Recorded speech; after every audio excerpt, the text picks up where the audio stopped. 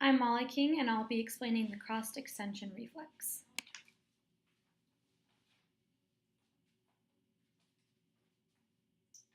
Cross-extension reflex is a polysynaptic reflex because extensor muscles and flexor muscles are both being used.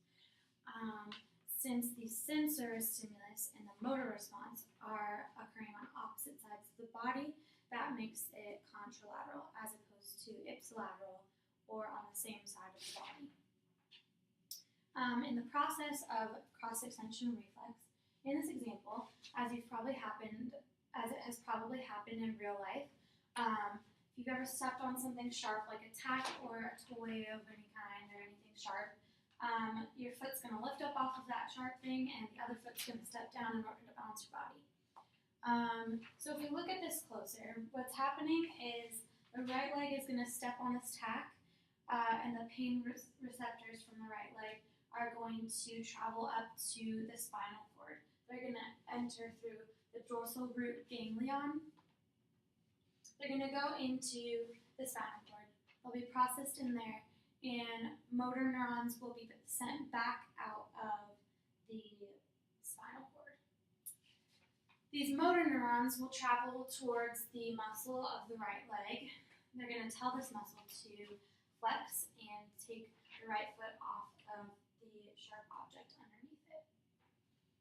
Now, at the same time, as you can imagine, you don't want to fall flat on your butt when you lift that foot up, so there are these interneurons which are going to cross across to the other side of the spinal cord, and they are going to send that motor neuron through the ventral root to the left leg.